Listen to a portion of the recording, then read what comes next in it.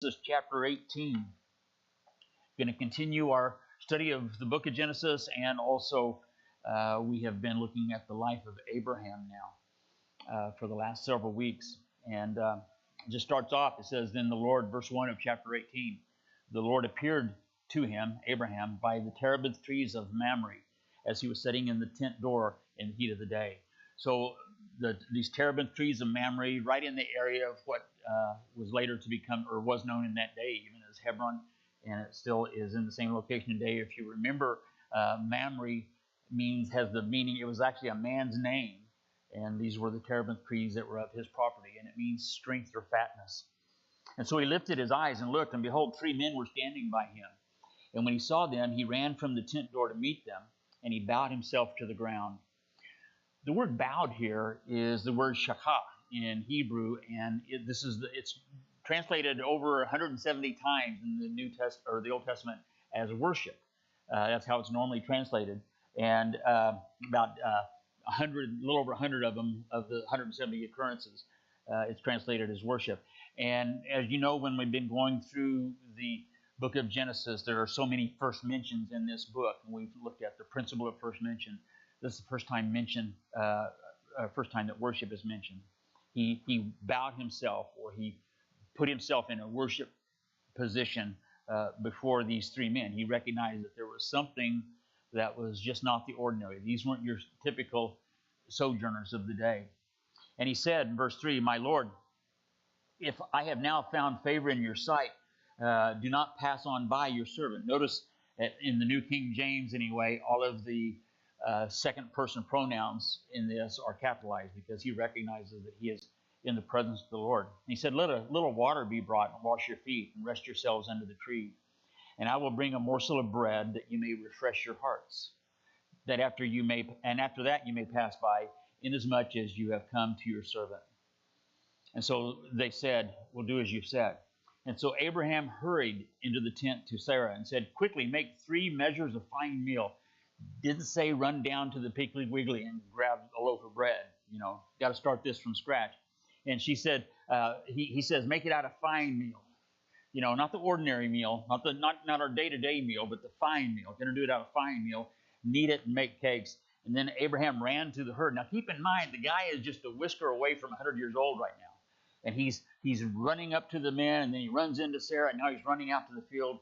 And he took a tender and good calf, so it wasn't just a regular old calf, it was a fine calf, and he gave it to the young man that was the herdsman there, and had him hasten to prepare it.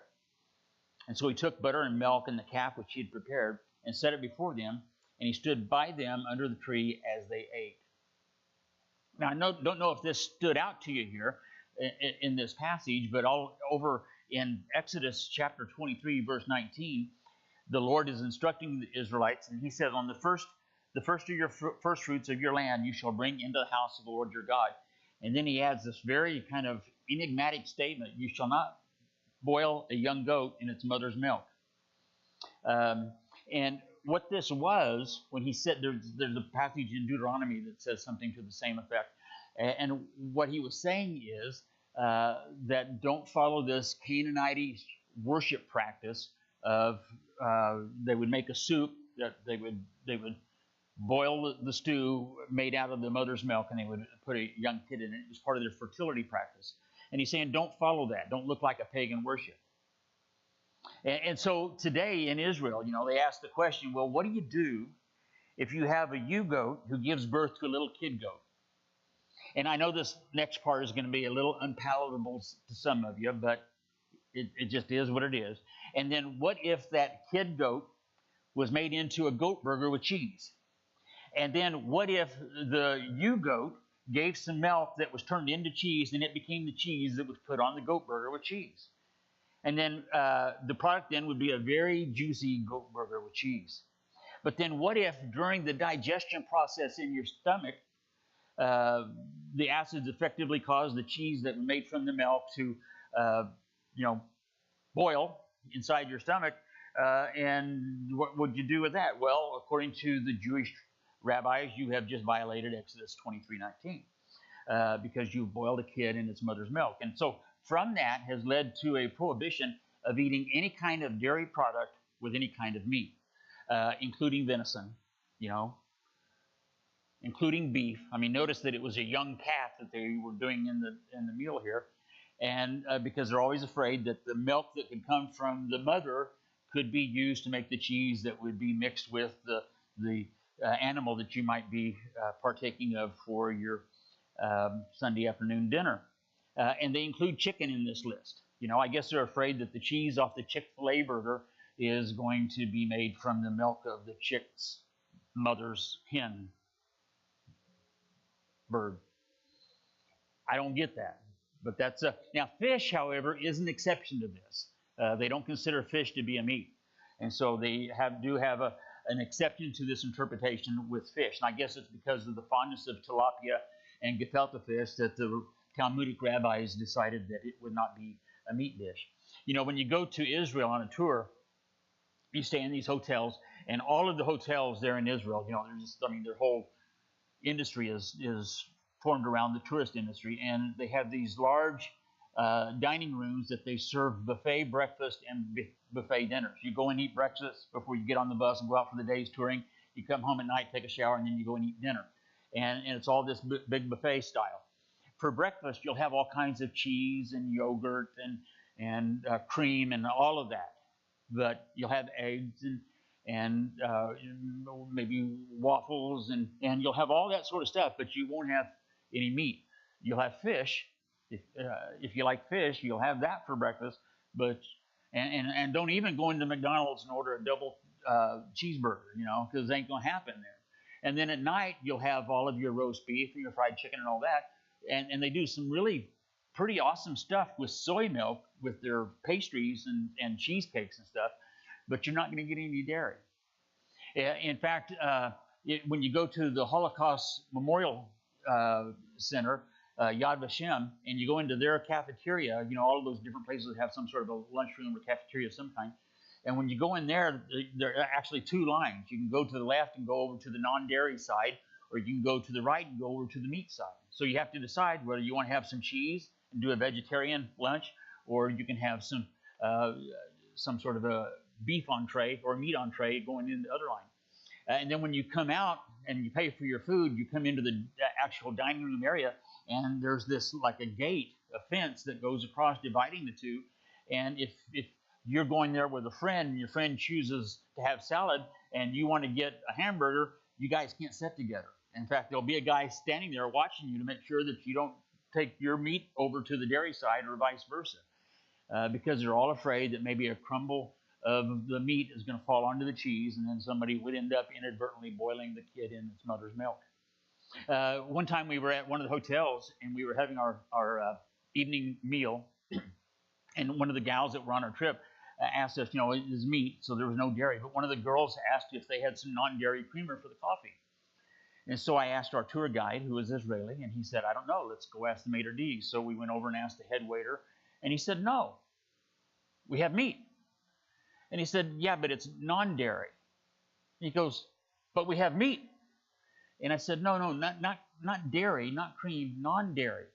He says, we have meat. And I mean, the idea wasn't computing to him. And to me, that was just a good reminder of what man-made legalism looks like. But back to our story. Abraham what he was doing here was extremely non-kosher. And you got to understand, this is the deal with the Hebrews today. This is non-negotiable as Shabbat and Manischewitz. That's the way they do it, and they've done it this way forever. And if you ask them why they prohibit chicken, they'll just say because we do. They don't even understand the idea that chicken and cheese don't come from the same animal. But you say, yeah, but this is before the law. That came out in Exodus and Deuteronomy, but this is a good 500 years before that. Yeah, but as we're going to see in a little bit, the Lord was one of these three people, and the Lord ate of it. And I just picture that for a minute. Picture Abraham recognizing that these are some sort of divine beings that have come into his presence, and one of them, he saw their halos, and one of them had a little shinier halo than the other one, and he understands what what he's doing here. And could you imagine what that meal was like? I mean, did Jesus, the Son, what the scholars call a theophany, a pre-incarnate manifestation of the Son. And did he put his elbows on the table? I mean, was he concerned with making sure that he unfolded his napkin on his lap? And what would the dinner conversation have been like? Boy, Abe, that was really some good veal. Can I have seconds? Do you think Jesus asked for seconds? I mean, in the Bedouin culture, which is very much the way it is today as it was 4,000 years ago, this kind of nomadic shepherding kind of environment, it's considered good manners to belch after the meal to show your approval. Do you suppose Jesus belched after they were done here? I mean, did he am I getting too sacrilegious, to considering putting his elbows on the table? I don't know. It's just kind of an interesting thing. But I think it's of noteworthiness that the Lord partook in this meal. If this was something that was going to be a taboo that they were to keep for all their generations, why would he have partaken in such a way? Anyway, verse 9, he says, they say to him, "Where is Sarah, your wife?" And so he said, "Here in the tent." Picture this kind of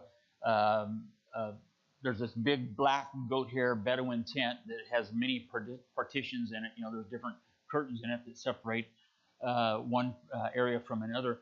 And they're sitting outside in the shade. And they said, "Where's Sarah?" And she's in the tent. And so notice this. He, capital H, so this is the Lord talking now himself. He said, "I will certainly return to you according to the time of life. And behold, Sarah, your wife, shall have a son." So I'm going to be back in 9 months, and Sarah's going to have a son. And it says Sarah was listening in the tent door, which was behind him. So she's got her ear up to the curtain, trying to hear, because there's a very segregated sort of a thing. The women wouldn't partake in such an important meal like this. And so she's just behind the curtain trying to eavesdrop and catch any of the conversation that she can. And Abraham and Sarah, it says in verse 11, were old, well advanced in age, and Sarah had passed the age of childbearing. Old King James says they were old and well stricken in age. Age had struck them, is what the Old King James says, and it ceased to be with Sarah after the manner of women. And so therefore Sarah laughed within herself. It wasn't even audible. It wasn't like she just started cackling or even teed. She didn't even just give out a little tickle. She did it within herself. And she says, "After I've grown old, shall I have pleasure, my Lord, being old also?" And the Lord then, one of the entities of these three is recognized as the Lord himself. He said to Abraham, "Why did Sarah laugh, saying, 'Shall I surely bear a child since I'm old?' Is anything too hard for the Lord?" Now, this is in the middle of the sentence. But let me just ask the question before we go on. Is there? Is there anything that's too hard for the Lord? I mean, that's a pretty important question. And there should be a verse break right here. I would say even a chapter break.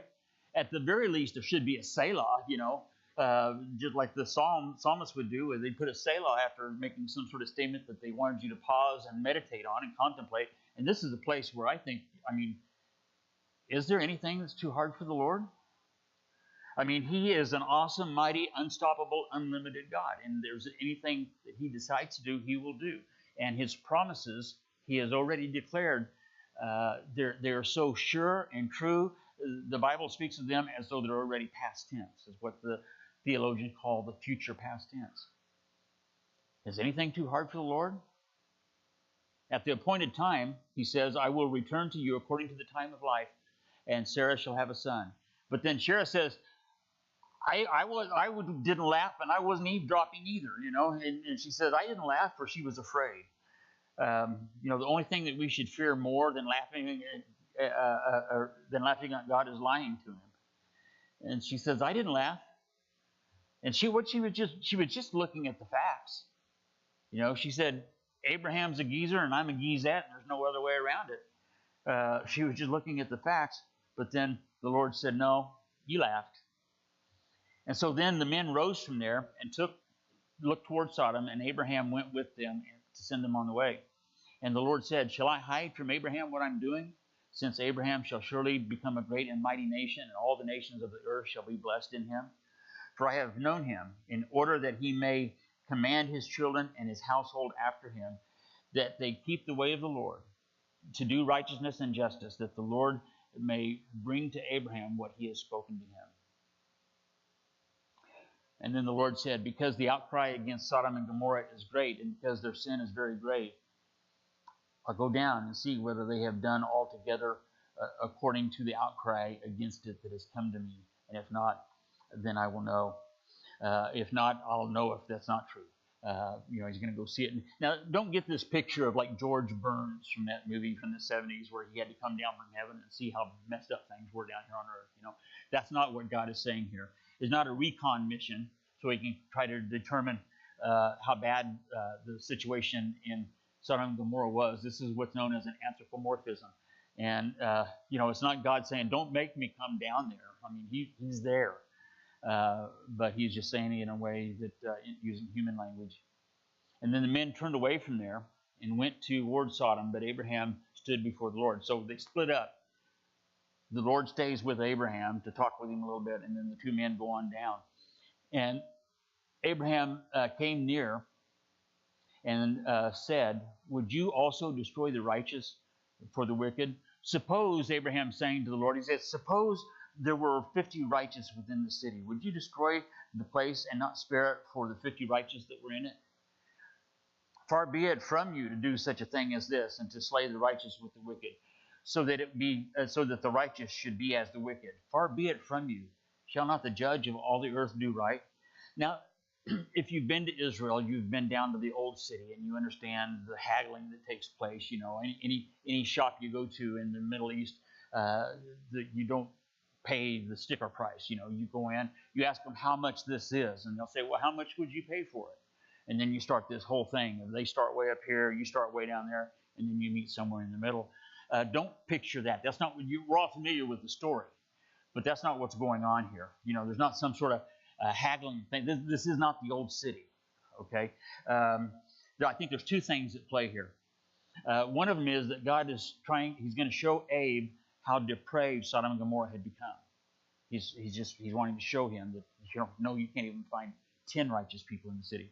And then secondly, I think what we have here is, who's Abraham talking to? Well, he's talking to the Lord. He is praying. He's in this process of intercessory prayer right now. He's praying on behalf of the inhabitants of Sodom and Gomorrah.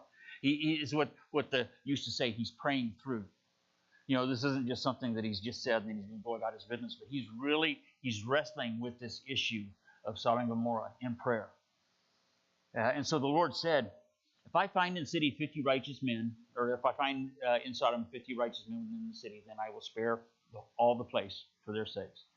And so then Abraham answered and said, indeed now, I who am but dust and ashes have taken upon myself to speak to the Lord. But suppose there were 5 less than the 50 righteous. Would you destroy all of the city for the lack of 5? And so he said, if I find 45, I won't destroy it. And so then he spoke to him yet again, and he said, well, suppose you should find 40 there. Well, I won't do it for the sake of 40. Abraham's thinking, he's answering these questions too fast. Maybe I need to really lower the bar here. And he said, let not the Lord be angry, and I will speak. But suppose 30 should be there. Don't think I'm all full of chutzpah here, Lord. I'm not trying to communicate that idea. I'm just wondering, what if you found 30 righteous people there? And he said, I will not do it if I find 30 there. And so verse 31, he said, indeed, now I've taken it, as long as we're talking, Lord, we got this kind of communication going on. So suppose 20 should be found there. And he says, I will not destroy it for the sake of 20. So Abraham's saying, dare I? Should I? I'm going for it. He says, let not the Lord be angry, and I'll speak. But once more, this will be my very last thing, but suppose there should be 10 found there. And he said, I will not destroy it for the sake of 10. And so the Lord went his way as soon as he had finished speaking with Abraham, and Abraham returned to his place. And so as soon as he got back to his place, he starts doing some really quick ciphering in his head, and he's going, let's see, there's Lot and his wife, okay, so that's 2. We read that the two of them were there in Genesis 19:15. He's got at least two married daughters that we see in verse 14 of chapter 19. So that would mean at least two sons-in-law. And possibly, according to Genesis 19:12, he's got at least two other sons besides that. And then, as he has, as we see in the last part of chapter 19, he's got at least two unmarried daughters. And so you add those all together, and there's your 10, you know. And yet, as the Lord found out, as it unfolds in chapter 19, that there was only 4 that were worthy of saving. That's all they could find. This is chapter 19 now. The 2 angels came to Sodom in the evening, and Lot was sitting at the gate of Sodom. You know, Lot had gone from pitching his tent toward Sodom, that we see in Genesis 13:12, to living in Sodom, as we see in Genesis 14:12, to actually sitting in the gate of Sodom, as we see here in verse 1 of chapter 19. You know, he had chosen the riches of Sodom. We saw that from his very first decision back in chapter 13, where they were going to divide. And Abraham said, you go right, I'll go left, you go left, I'll go right. And he looked at the well-watered plains of the south and said, I'll take those well-watered. He had chosen the riches of Sodom and Gomorrah over God's blessings. You know, we would today call that God's permissive will, that he lets us make these choices that would be not necessarily his best for us, but he'll let us do those, and then we learn our lessons through the consequences. And God had showed him that all of those, but this is what happens in chapter 19. He's a very wealthy man. You know, he was wealthy before he went to Sodom, and then he had gotten even more riches while he was there. And God is going to show him that all of these riches are going to be gone in an instant.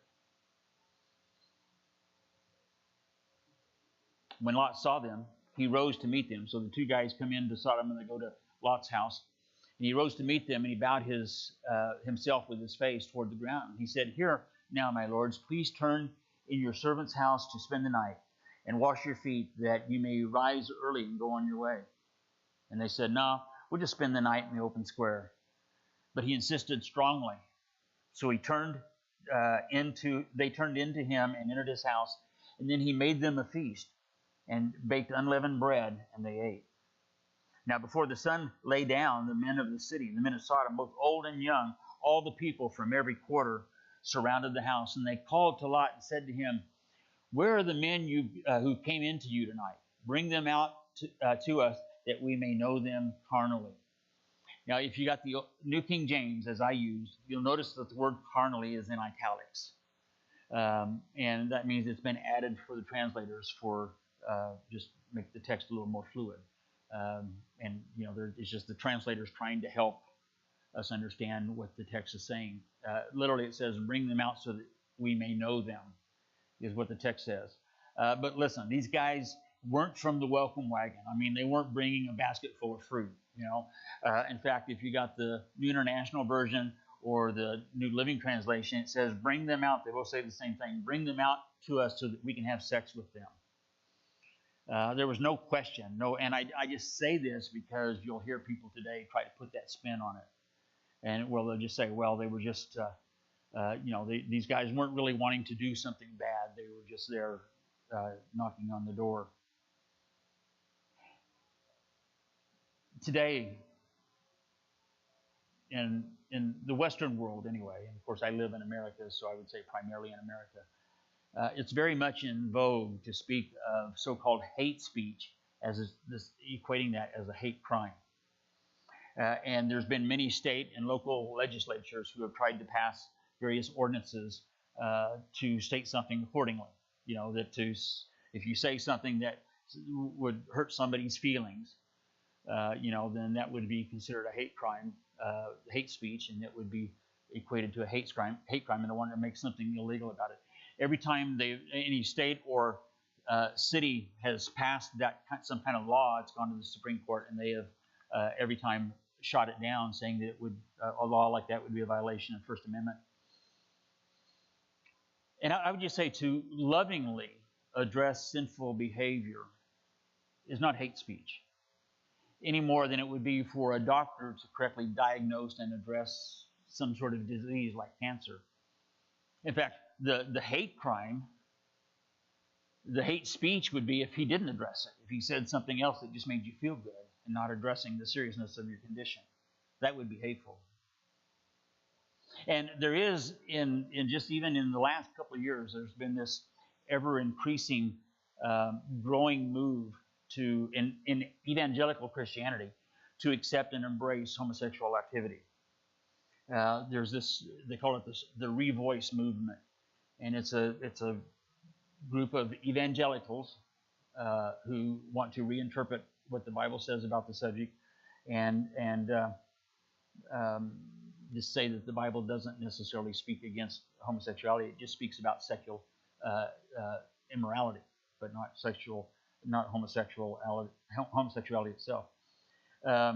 And there, I think that there is no question that there is a rise in our society of the homosexual lifestyle. I mean, that all its various manifestations.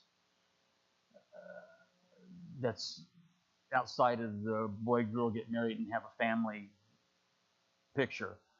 All the different ways that they've perverted that, and there is a rise in that in our country. Now, I'm not a sociologist, nor am I a geneticist, and so I can't speak to all of the ins and outs of it. I don't even pretend to. But I would say, just from my observation, that the two major causes for this increase, there's two of them that I think would stand out if there was any kind of objective investigation of it. One of them is that there's this rabid, very radical way in which the issue is being force-fed into our culture, primarily upon the younger people. You know, it's in all of the media. It's all of the politicians, and I mean, you can't even watch a TV commercial without having that sort of thing forced down your throat anymore. And so I think that's one of the reasons there is a rise in this, is just because it's so in our face. But then I think, secondly, and equally so, as a causation, is that there's been this overarching, all-encompassing cheapening and casualness that is viewed about the whole subject of sexuality. It's been going on, since my generation declared that we were free from all of the stigmas and prohibitions and taboos. Now, let me state clearly that I believe that the Bible is just unambiguous in its claim that all sexual immorality is an abomination from the Lord. Okay, it's, I don't think we can ever, because of this way that we treat sin casually and treat sex casually, that we'll never be able to extinguish this fire that's on the rise of the perversion of what God intended with Adam and Eve by putting gasoline on fire, and that's what we're doing with the way that we seem to excuse and rationalize and diminish the abomination that all sexual immorality is to the Lord. By the way, we get our children all bundled up with clothing and protection and padding and helmets and everything so that they can safely go out and ride their bikes. But somehow we think that it's going to be okay when the unthinkable depravity is just simply a couple of taps away on their phone or tablet. And we don't provide that kind of protection for them. So, and when we talk about proper protection, I'm not talking about prophylactics or pills. I'm talking about there are safeguards that are available. And I think that parents, not only in putting in those physical protections that they have in their access to this sort of filth, but also in the training and nurturing of them as well. Now, the purpose of the next few minutes is not going to be I'm not doing some sort of an exhaustive dissertation on the subject of homosexuality. That's not my purpose, but I'm going to just do it to address the sin that was in Sodom. One of the favorite verses of the Revoice movement is Exodus 16:49. And this is God in his condemnation of Jerusalem. He says, look, and he's talking to Jerusalem here. He says, look, this was the iniquity of your sister Sodom. She and her daughter, meaning Jerusalem, had pride, fullness of food, and abundance of idleness. Neither did she strengthen the hand of the poor and needy. And they'll say that the sin of Sodom was just simply that they were full of pride. And that's what Ezekiel 16:49 is saying. That their only problem they had is just that they were independent and prideful, and that they got puffed up, and so God shot them down. That's like saying the sin of alcoholism is primarily simply the waste of money. I mean, that doesn't address the issue at all. That's just a symptom of it.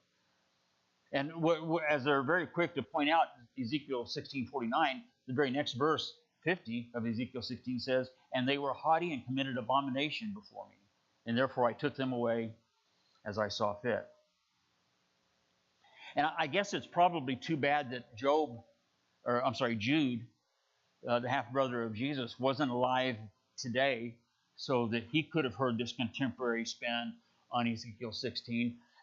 When he wrote in his letter in Jude 1:17, he said, "As Sodom and Gomorrah and the cities around them in a similar manner to these, having given themselves over to sexual immorality and gone after strange flesh, are set forth as an example, suffering the vengeance of eternal fire." And to say that the Bible doesn't speak to the subject of homosexuality is to ignore Leviticus 18:22 and chapter 20, verse 13, or Deuteronomy 13:17. Or 1 Kings 14:24, 15:21, and 22:46, or 2 Kings 23:7, or Romans 1:24, 26, and 27, passages that we're probably all familiar with. 1 Corinthians 16:9, 1 Timothy 1:10. And these are just examples of scriptures where the subject is actually addressed specifically, beyond just simply implication. In Genesis chapter 1, in the very first chapter, when God was creating everything, and on the sixth day, in chapter 1, verse 27, it says when he created, it says, "So God created man in his own image. In the image of God, he created him, male and female, he created them." And there's no ambiguity here. Where he says God created man, the word for man there is Adam, if you will, and it means man or mankind. It's more of a generic word for the human race. But then when he says, "and male and female, he created them," the word male is the word zachar, and it means male. It doesn't mean mankind. It doesn't mean humanity. It means it's masculine. It means a male, boy, man. And the word female is the word nekabah, which means female. It's feminine. In the beginning, when God created the human race, he made a man and a woman, and he's put them together and said, "Be fruitful and multiply." Now, I went to a seminar several years ago that was put on to try to help those within the church deal with the issue, because it was coming, according to the seminar, it was coming to a church near you, and it is an issue. I mean, it's increasingly more so. The church cannot stick its head in the sand about this anymore. But one of the things that they said, and it was a good seminar, I liked it, but one of the things they said is don't use the phrase, "hate the sin but love the sinner." He said don't use that when you're addressing homosexuals, because they don't distance their actions from who they are. They say, "This is just who I am. I am a homosexual, so therefore I have a homosexual lifestyle." And they can't separate who they are from what they do. Now, as I said earlier, all sexual immorality is an abomination. Okay? Any sex outside of the Hebrews 13 marriage bed is bad, and God hates it. It's an abomination to him. All sexual immorality is an abomination, but homosexuality is unnatural. I'm not saying that it's worse. I'm saying that it's not the same. It's unnatural. As Paul said in Romans 1:26 and 27, he says, "For this reason God gave them up to vile passions, for even their women exchanged the natural use for what is against nature. Likewise also the men, leaving the natural use of the women, burned in their lust for one another, men with men, committing what is shameful, and receiving in themselves the penalty of their error which was due." J.B. Phillips, the British translator from the 60s, he has the Phillips translation, New Testament in modern language, I think is what they call it. But he renders his version of these two verses this way. God therefore handed them over to disgraceful passions. Their women exchanged the normal practices of sexual intercourse for something which is abnormal and unnatural. Similarly, the men, turning from natural intercourse with women, were swept into lustful passions for one another. Men with men performed these shameful horrors, receiving, of course, in their own personalities, receiving to themselves, as the New King James says, the consequences of sexual perversity. Now, there's a way to normalize. There's a drive to normalize it, and you know, if you ever seen the Pet Psychic on TV, you know, listen, your little boy parakeet is not a homosexual because he doesn't seem to be attracted to your little girl parakeet. You know, I mean, don't think that that's why he's down in blue. Maybe he just wants you to change the paper in his cage a little more often, or his habitat, I guess, is the politically correct way to discuss it. You know, that you don't have homosexual parakeets. You don't have that in the animal world. You only have that in humanity. And, you know, every other sinful activity known to man is an issue of hating the sin but loving the sinner, regardless of what that activity is. And it applies to every other activity. You know, there is a drive today, a push to try to say that they have the so-called gay gene, that they're just born that way. I don't know. I'm not a geneticist. I'm not a microbiologist. I don't know. That may be true. But I know how I was born, and it was totally depraved.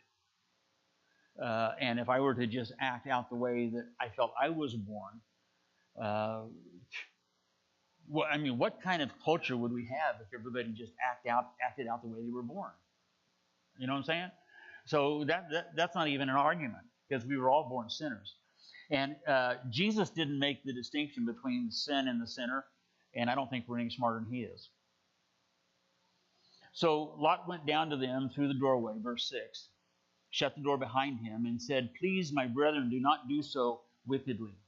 See now, I have 2 daughters who have not known a man. Please let me bring them out to you, and you may do to them as you wish. Only do nothing to these men, since this is the reason they have come under the shadow of my roof." So he's saying, don't try to get these guys. Just here, take my 2 virgin daughters. I'll just let you have them, and you can do whatever you want to with them. I mean, these are probably most likely the 2 daughters that we read about at the end of the chapter. And Lot had lived for his flesh so long, he had lost the ability to make some sort of righteous decision. You know, he just seemed to think, well, you know, this is going to be the lesser of 2 evils, I guess, so I'm just going to give him my virgin daughters. And this is one of the things that when we live for our flesh, when we watch our you know, we make fleshly decisions, as Lot had been doing for years now. You know, when we do that, it binds us, it blinds us, it grinds us, and it entwines us. You know, we get just so wrapped up into it that we can't make a right decision anymore. And so they, and this is the 2 angels that are there, they said, "Stand back." And then they said, "This one come in to stay here, and he keeps acting as a judge." Or this is the men of Sodom were saying this. "Stand back. This is the one who came to stay here, and he keeps acting as a judge. Now we will deal worse with you than with them." You know, the guys of Sodom kind of looked at each other and says, "He ain't from around here, is he?" And so they figured they were going to turn. He's trying to act like he's somebody, but we'll show him who he is.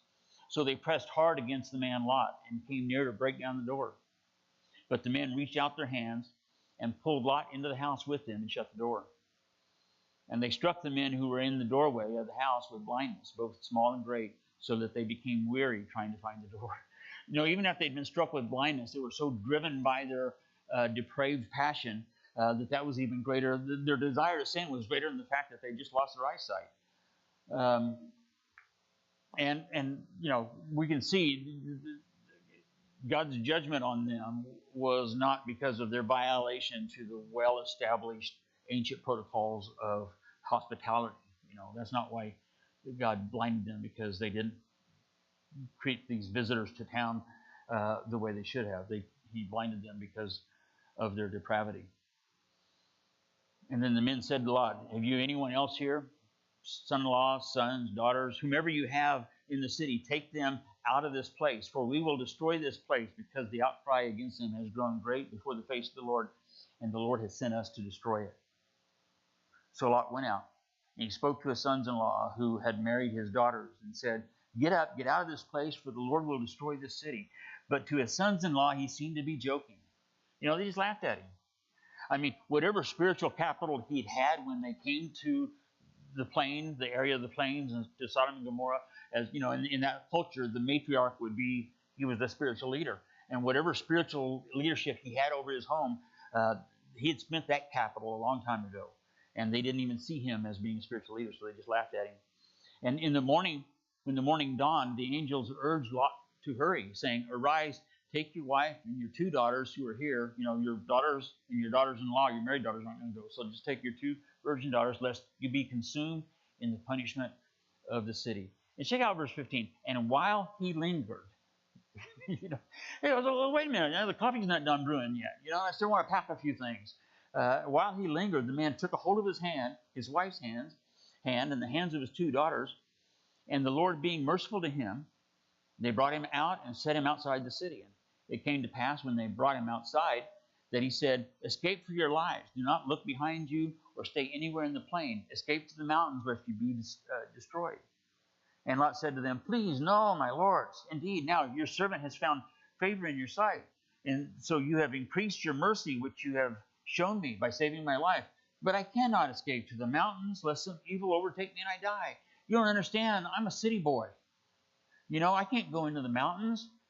There might be lions and tigers and bears up there. And he says in verse 20, see, now this city is near enough to flee to. It is a little one. Please let me escape there. Is it not a little one? And my soul shall live. This is almost like being in the mountains. This little city. I mean, they don't even have Wi-Fi there. And so I can just go there and then check into the Motel 1 and everything will be okay. But don't let me go into the mountains.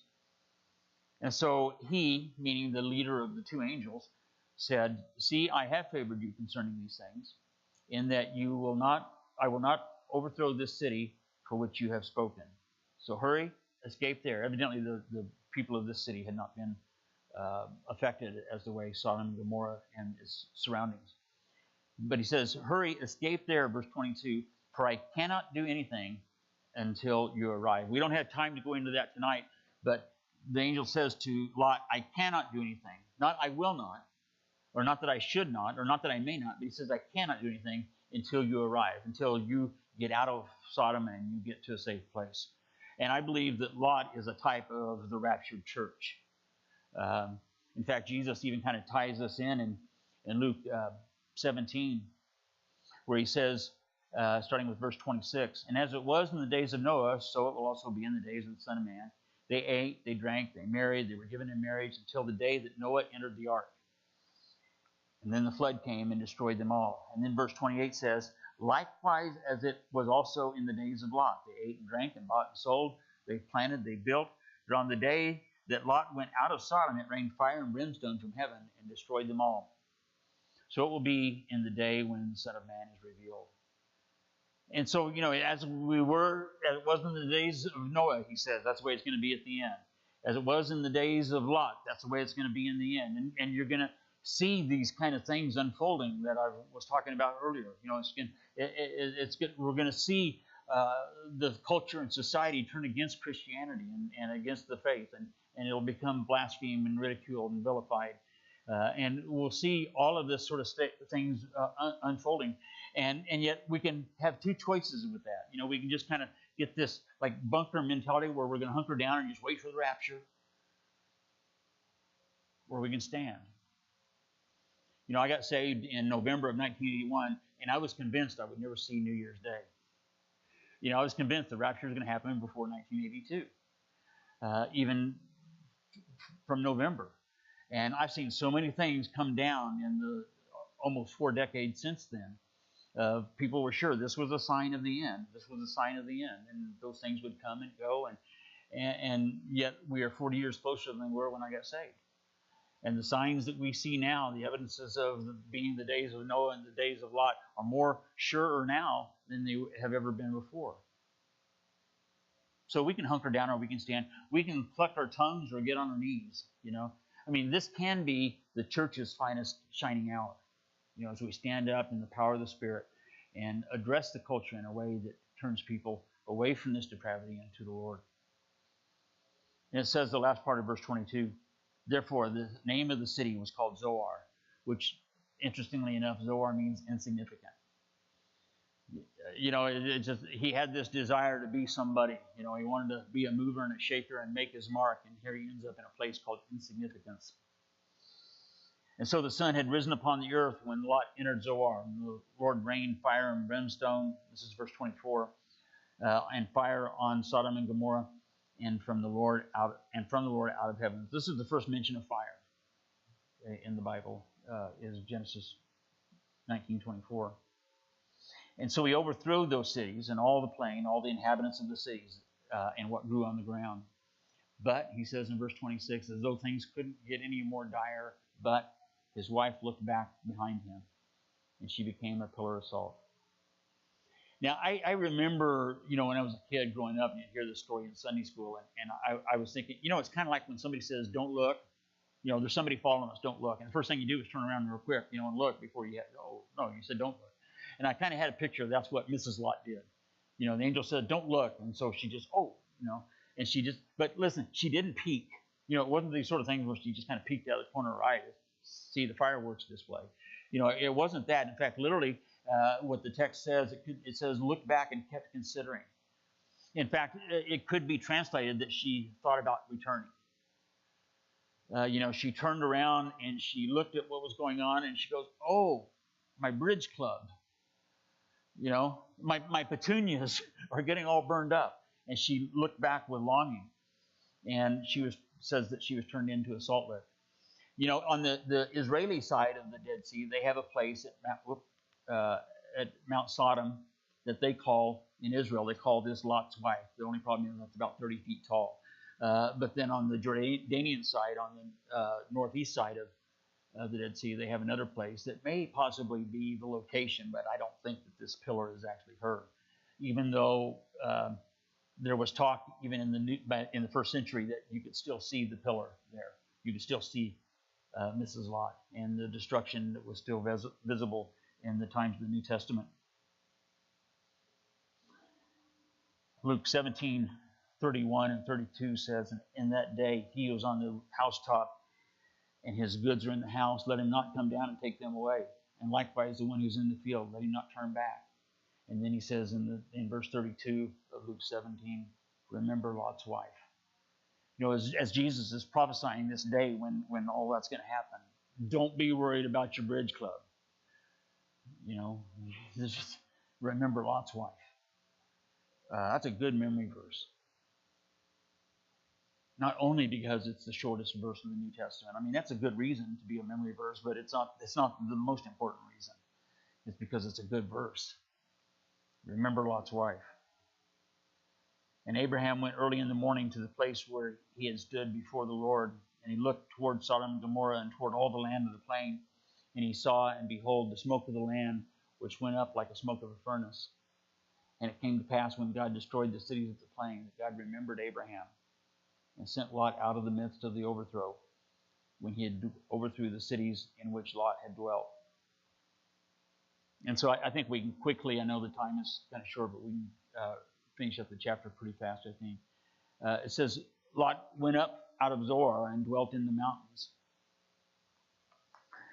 with his two daughters who were with him. So finally he decides to obey the command, and he leaves this place of insignificance and goes to an even less insignificant place, a cave up in the mountains, because he was afraid to dwell in Zoar, thinking the people might blame him for what had happened to their neighbors. And he and his two daughters dwelt in a cave. Now he's going to the mountains, but not only did he lose any spiritual capital he may have had with his family back in Sodom, but now he doesn't even have any spiritual integrity over his daughters, because now they say. And I used to think that the reason why they did this is because they thought that the whole world had been destroyed. And so they were just thinking, we got to keep the human race going. But they just left the city of Zoar, a little small hick town, but there were people living there. But verse 31 says, the firstborn said to the younger, our father is old, and there is no man on earth to come into us, as is the custom of all the earth. So come, let us make our father drink wine, and we will lie with him, that we may preserve the lineage of our father. So they made their father drink wine that night, and the firstborn went in and lay with her father, and he didn't know when she had laid down or when she had arose. I mean, that's pretty snockered, when you get that drunk. He didn't even know what had happened. And then the next day, that the firstborn said to the younger, indeed, I lay with my father last night. Let's make him drink wine tonight also. It's kind of interesting that as they were grabbing all their belongings to leave Sodom, the one thing they made sure they got was the Mogan David. Don't forget the Mad Dog, and that's of all the things they took with them, that was one of them. And so they made their father drink wine that night also, and the younger arose and lay with him, and he did not know where she lay down or when she arose. And thus both the daughters were with child by their father. And the firstborn had a son, called his name Moab, and he is the father of the Moabites to this day, the day that Moses was writing this. And the Moabites the word Moab means of his father. And then the younger, she also bore a son and called his name Ben-Ami, and he is the father of the people of Ammon to this day. And the name Ammon means son of my people. The city of the capital of Jordan, Amman, Jordan, is that the name is derived from the Ammonites. And these two tribes, or these two individuals, became nations in the Old Testament times that were pretty much a perennial thorn in the side of the Israelites and the people of Judah. What a place to end, right? I mean, I guess it kind of starts off cool with Abe having this dinner with the Lord. That was kind of cool, but went downhill from there, didn't it? And it's such a picture of our society, our culture today. And we have this choice. I mean, this is the place where we've all been placed, I think. For this time, God has brought us into this place. And we can either decide to be a city on the hill and shine, or we can hunker down because things are so bad. The thing that we need to never lose sight of, there's two things. God is in control. God is in charge, and he's got all of our circumstances well in his control. And secondly, remember Lot's wife. Let's pray. Father, may we remember her, but may we also remember you, and keep our eyes firmly fixed on the beginner and finisher of our faith. And Lord, may we glorify you in our lives. And as we pray for this time that we live in, and we're so surrounded on every side with just the stench of depravity, Lord, fill us with your Spirit. Guide us and lead us, and let us adorn the gospel of Jesus. That fullness of the Gentiles, as Paul talked about, might be brought in. And this we pray, we ask in your Son's precious name. Amen.